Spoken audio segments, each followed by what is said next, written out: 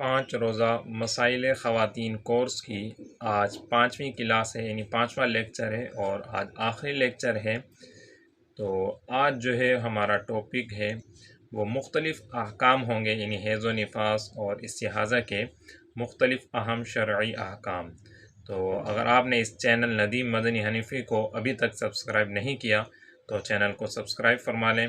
تو اس کورس کے علاوہ بھی دیگر ویڈیوز جو ہے وہ شرعی مسائل پر انشاءاللہ آتی رہیں گی، اور اس کے علاوہ بھی ایک اور کورس 10 روزہ حفظ صورت کورس جو نماز کے اندر پڑھی جانے والی آسان صورتیں ہیں، تو وہ بھی ہم نے ریکارڈ کر کے تجوید اور مخارج کے ساتھ اسی چینل کے اوپر اپلوڈ کی ہوئی ہیں۔ تو آپ تمام احباب سے گزارش ہے کہ آپ خود بھی اسے سنیں اور دوسرے دوست احباب تک اسے شیئر کریں۔ اللہ تعالی ہم سب کو قرآن پاک کی برکات سے ہمارے سینوں کو منور فرمائے۔ تو چلیں آج کا جو لیکچر ہے اس کے پہلے سوال کا آغاز کرتے ہیں۔ پہلا سوال ہے کہ حیض و نفاس کی حالت میں عورت کے ساتھ بیٹھ کر یا ایک ہی برتن میں کھانا کیسا؟ نیز عورت کا اس حالت میں کھانا یا نیاز پکانا اور اس کے ہاتھ کا پکا ہوا کھانا کیسا ہے؟ تو اس کا جواب سنتے ہیں۔ یاد رہے کہ حالت حیض و نفاس میں ہر طرح کا کھانا پکانا یہ جائز ہے، اگرچہ وہ نیاز وغیرہ ہی کیوں نہ ہو، اور ایسی عورت نے جو چیز پکائی اسے کھانے میں بھی کوئی حرج نہیں ہے۔ یوں ہی اس حالت میں بیوی کے ساتھ بیٹھ کر کھانا کھانے میں بلکہ اس کا جھوٹا کھانے میں بھی کوئی حرج نہیں ہے۔ ان چیزوں سے پرہیز کرنا یہ غیر مسلموں کا طریقہ ہے۔ اگلا سوال، دوسرا سوال یہ ہے کہ حیض و نفاس والی عورت جس چارپائی یا بستر پر بیٹھے یا جو اس نے کپڑے اور زیور وغیرہ پہنے ہوں، کیا وہ ناپاک ہو جاتے ہیں؟ تو اس سوال کا جواب یہ ہے کہ جی نہیں، یعنی ایسا نہیں ہے۔ اس عورت نے جو زیور یا لباس پہنا ہے یا جس بستر اور چارپائی پر یہ بیٹھے وہ ناپاک نہیں ہوتے بلکہ پاک ہی رہتے ہیں۔ فقط وہی چیز ناپاک ہوگی جس کو خون لگے، اور اگر اس کے پہنے ہوئے کپڑوں میں سے کسی کو خون لگے تو بھی کپڑے کا فقط وہی اور اتنا حصہ ناپاک ہوگا جسے خون لگے، اور خون لگے بغیر چیزوں کو ناپاک سمجھ لینا یہ ہندوؤں کا مسئلہ ہے، مسلمانوں اور شریعت اسلامیہ کے اندر اس کی کوئی اصل نہیں ہے۔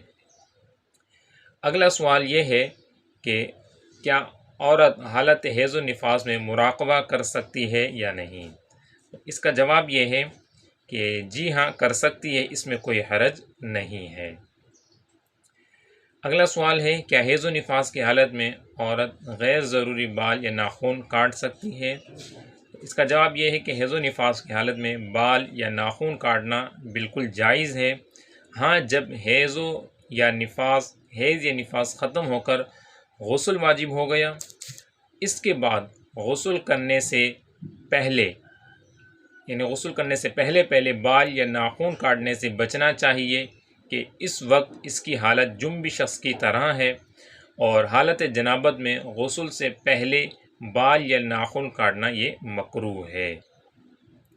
اگلا سوال ہے کیا حیض و نفاس والی عورت تسبیح پکڑ کر ذکر و اذکار کر سکتی ہے؟ یوں ہی کیا گٹلیوں پر ذکر اللہ شمار کر سکتی ہے؟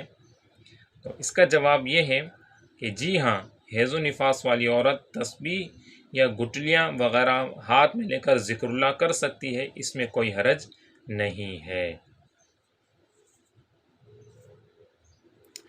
اگلا سوال ہے کیا استحاضہ کے احکام بھی حیض و نفاس جیسے ہیں؟ تو اس کا جواب یہ ہے کہ جی نہیں، استحاضہ کے احکام حیض و نفاس جیسے نہیں ہیں، بلکہ یہ حدث اصغر شمار ہوتا ہے، یعنی اس سے غسل فرض نہیں بلکہ صرف وضو فرض ہوتا ہے۔ گویا جس عورت کو استحاضہ کا خون آئے گا اس کا وضو ٹوٹ جائے گا، اور بے وضو شخص کے جو احکام ہیں وہی اس کے احکام ہوں گے۔ اگلا سوال ہے کیا استحاضہ والی عورت نماز پڑھ سکتی ہے، اور اگر پڑھ سکتی ہے تو اس کے لیے اسے کیا کرنا ہوگا؟